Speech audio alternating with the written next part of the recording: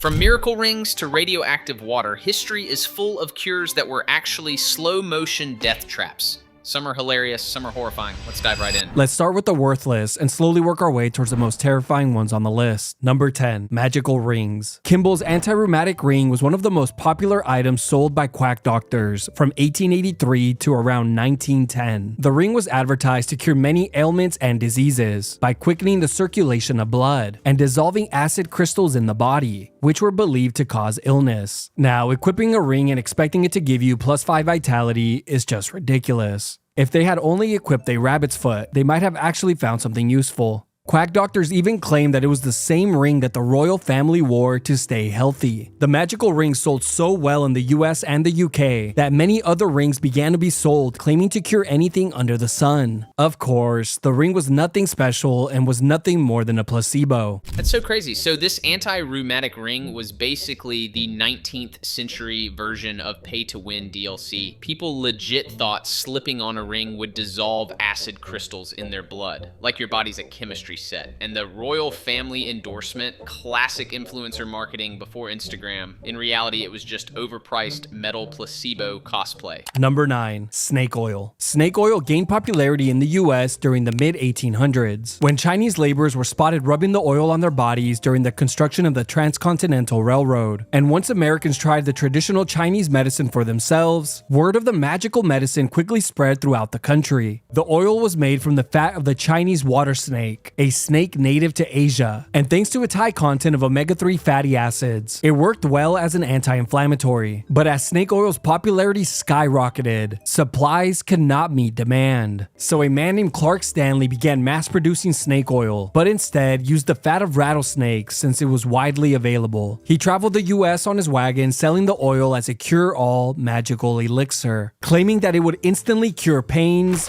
aches, sprains, swelling, bruises, sore throat, frostbite, animal bites, and of course, numerous diseases. But by the time the unlucky buyer realized that the oil was nothing more than a scam, quack doctors like Stanley had already moved on to the next town. But here's the crazy part. Clark Stanley was so successful in selling his snake oil that he began to mass produce the oil in many factories throughout the country, selling it in stores and in catalogs, making him incredibly wealthy. And after selling his oil for over 20 years, in 1917, the Bureau of Chemistry discovered that Stanley's snake oil didn't actually contain any snake oil at all, and the infamous term snake oil salesman was born. This guy was basically the Elon Musk of fake medicine, selling hype more than product. Funny thing is, real Chinese snake oil actually worked better than the junk he bottled. Omega-3s are the same stuff people now pay extra for in salmon and chia seeds. So yeah,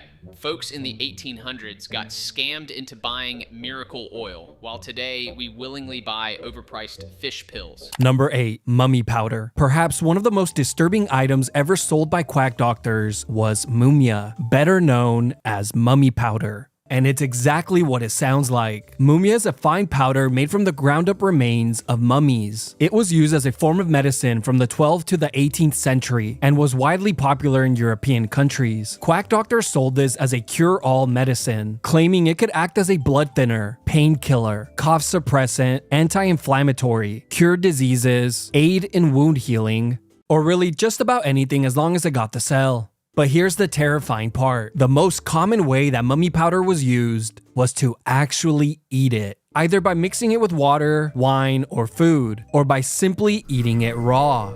Mumia became so popular that the supplies of mummies in Egypt began to run extremely low. So Egyptians began to scam Europeans by selling them ground up remains of people who had recently died and passing it off as mummy powder. It wouldn't be until the 18th century that physicians realized that the powder was completely useless and dangerous, which finally led to its discontinuation. This one feels straight out of a horror movie. People literally snacking on ground up mummies because they thought it cured everything.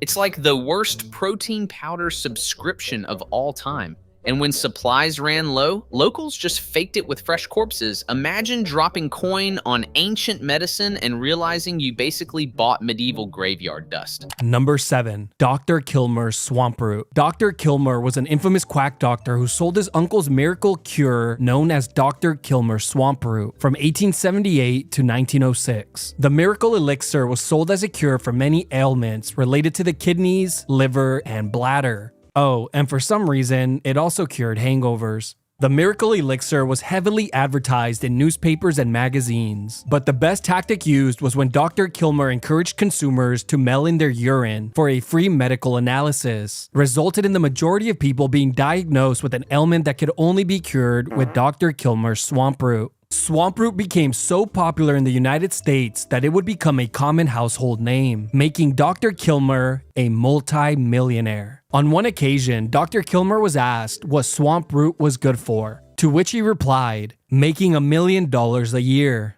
It was later discovered that the ingredients in Swamp Root were just alcohol mixed with herbs and spices, which is quite ironic, since the miracle medicine was meant to improve your life, not cause you to get into an argument with your wife, storm out of the house, angrily drive away in the car, get pulled over, obviously let go, argue with your wife some more, and angrily state that you can stop drinking Swamp Root whenever you'd like. Only for the children woken from their sleep to walk in. Realizing this, you go for a hug to comfort them, but they flinch in fear and run to their mom, as she yells once more, telling you that you are ruining the family as she storms off upstairs with the children, which of course leaves you feeling horrible and ashamed. A feeling that could only be cured with Swamp Root. This guy basically invented the world's first P-mail scam. Send in your urine and surprise, you magically had a disease only his swamp juice could fix. The drink itself? Mostly alcohol with herbs, so more like a proto-Four Loko than medicine. Honestly, the only thing it consistently cured was sobriety. Wild how a household remedy was really just bottled hangover fuel. Number 6. Asthma cigarettes. Asthma cigarettes were a popular remedy sold primarily in Europe and the US from the early 1800s to the 1950s. They were sold by merchants and quack doctors and were advertised as an effective treatment for any respiratory ailments. This included all diseases relating to the throat and lungs, asthma, hay fever, the common cold, and even getting rid of bad breath. Now, the truly terrifying part was the ingredients inside the cigarettes. They commonly contain belladonna and stramonium, two highly toxic and poisonous plants that were believed to relax the airways. The truth was that smoking the cigarettes could lead to many respiratory conditions and often cause confusion, delirium, and hallucinations. Now, thankfully, smoking these cigarettes during an asthma attack did provide some relief. Well, at least through the eyes of the smoker. These things were like the Marlboro Man's cursed cousin, marketed as medicine while basically being botanical poison sticks. Belladonna, by the way, was once called the witch's herb because medieval women used it as eye drops to dilate pupils and look seductive. Fast forward and quack doctors are stuffing it in cigarettes for asthmatics. Nothing says good health like treating wheezing lungs with literal smoke bombs. Number 5. Coca remedies. There were many miracle elixirs, tonics, and medicines that claimed to cure many ailments and diseases, where the main ingredient was cocaine. So let's take a look at some of the most popular ones that were sold by quack doctors, beginning with toothache drops. These miracle drops claim to be an instantaneous cure for toothaches in adults and children, which of course was very effective, but eventually required more and more drops to get the same effect. Then there were Allen's tablets, a remedy that claimed to instantaneously cure head and chest congestion, but the best part was that it was advertised to cure nervousness and sleeplessness, not by allowing you to sleep, but by making you forget about sleep altogether. Vin Mariani Coca wine. This one was so popular that it was even endorsed by Pope Leo XIII, who was known to carry a small flask of the wine on him. He's also the most productive pope of all time, so there's that. Then of course, we can't move on without talking about Coca-Cola. Originally marketed as a medical tonic and advertised as a remedy for various ailments, such as headaches, exhaustion, and anxiety. This was the golden age of medicine where the cure for everything was just cocaine in a fancy bottle. Toothache, cocaine. Sleeplessness, more cocaine. Even the Pope was sipping coca wine like it was holy Gatorade. And Coca-Cola? Yep, basically pharmacy soda. No wonder people felt energized. The real miracle was not everyone becoming the Flash overnight. Number 4. Opium medicine. Just like the last entry on the list, there are way too many medicines that were sold to list here, so I'll just cover the most popular ones. Beginning with the self-proclaimed most powerful medicine ever discovered for colds, Dr. Bateman's pectoral drops. These were a popular medicine advertised to cure ailments related to the chest or lungs, such as colds, coughs, and bronchitis. The main ingredient here was opium, a strong, dangerous, and highly addictive sedative. Then there was Miss Winslow's soothing syrup, a medicine that was sold as a remedy for sleepless children and those suffering from toothaches, giving little Tommy a great night's sleep. Or probably a little Chucky doll if he didn't get his syrup. Godfrey's cordial was another medicine sold for restless children and toddlers. This medicine was so popular and widely abused that mothers would give it to their children to put them to sleep, allowing them to work uninterrupted. Now, the sad part is that throughout the years, this medicine actually killed many children due to its high opium content. Laudanum was yet another miracle elixir said to cure various ailments, including pain, coughs, insomnia, and teething infants, and was sold by many companies, making it very cheap and widely available. Sold from the 16th through the 20th century, it claimed and ruined many lives due to addiction and overdoses. Man, it's horrible. This era basically turned pharmacies into opium dens with price tags. Parents were dosing babies with soothing syrups that were really just narcotic knockouts. Victorian childcare was one laudanum bottle away from a crime novel. Wild fact, poets like Coleridge and writers like Dickens openly used laudanum, so half of English literature was basically sponsored by opium. Imagine bedtime stories fueled by the same stuff wrecking toddlers. Number 3. Arsenic products. Today, we all know that arsenic is highly toxic and can lead to arsenic poisoning. But before this was widely known, quack doctors sold many cosmetic products that contained high levels of arsenic. So let's take a look at two of the most popular ones. Arsenic soap was advertised to give anyone the perfect skin complexion and quickly fix and cure any unfavorable skin conditions, including acne and psoriasis. Arsenic wafers were another product advertised to lighten skin color and give clear and beautiful skin, free of pimples, freckles, and imperfections. Now, the reason why these products were so dangerous was due to the very slow poisoning effects of arsenic. You see, symptoms appeared and worsened over time. The process could take months or even years, leaving the person confused and uncertain about what is causing their symptoms. In many cases, this eventually led to a range of health issues like organ damage, neurological problems, and increased risk of cancer. This was beauty culture at its deadliest. People literally washing their faces with poison bars and snacking on arsenic wafers to glow up. The slow poisoning made it extra cruel, symptoms creeping in over years while ads promised flawless skin. Fun fact, Victorians also used arsenic in green wallpaper dye so your stylish parlor could gas you while your soap finished the job. Talk about a deadly aesthetic. Number 2. Mercury products. Calomel is a white, odorless solid that contains mercury, a highly toxic metal for humans. It was advertised as a miracle cure from the 16th through the 20th century. There were many products that used calomel, so I'll just cover the most popular ones. Dr. Livingston's Rousers were a pill mixture containing calomel, marketed and sold for 40 years as a preventative and cure for malaria. And to be fair, it was quite effective against malaria, but also very toxic. Steedman's soothing powder was a very popular medicine that was given to babies who were teething. It worked quickly to stop babies from crying, since it was poisoning them.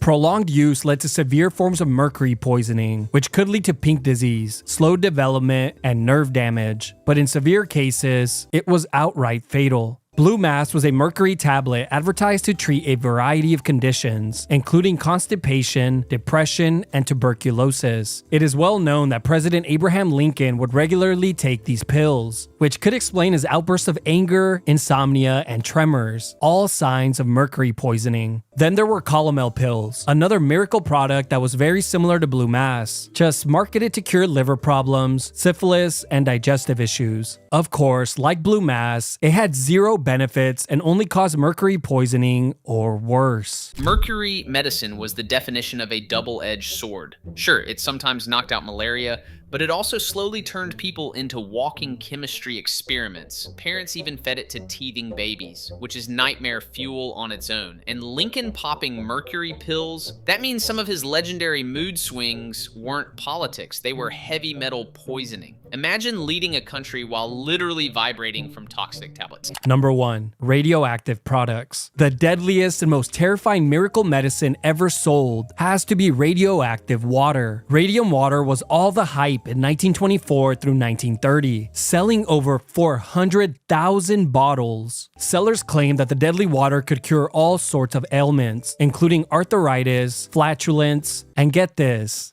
poisoning. Now, the most famous and disturbing case related to this product involved a man named Eben Byers, a wealthy industrialist who regularly consumed the radioactive water. But after consuming it for several years, in 1930, he began to lose his teeth. Soon, his jaw began to disintegrate and holes formed on his skull. And in 1932, he finally died from radiation poisoning, a slow and painful process. But here's where things get even darker. Radioactive water was not the only deadly product on the market. There were radioactive suppositories, which of course, were administered through a person's back door. Then there were Arium radium tablets, which were radioactive pills that were advertised to give Superman powers.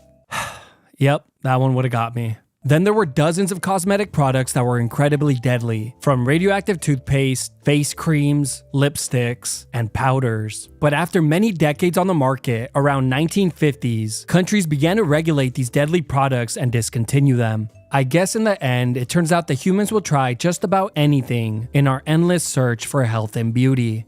Anything but actually going to the gym. Radioactive water really shows how far humans will go for the promise of eternal youth. We literally drank glowing poison because it sounded energizing. Teeth falling out, jaw disintegrating, must mean it's working. And the wildest part, people were brushing with radioactive toothpaste and rubbing glowing creams on their faces like TikTok skincare trends gone nuclear. It's the perfect example of how hype often beats science, at least until your skull starts developing ventilation holes. Good Enough absolutely crushed it with this video. The link is down in the description. And next time, let's just say things are gonna get even stranger. Stay nerdy.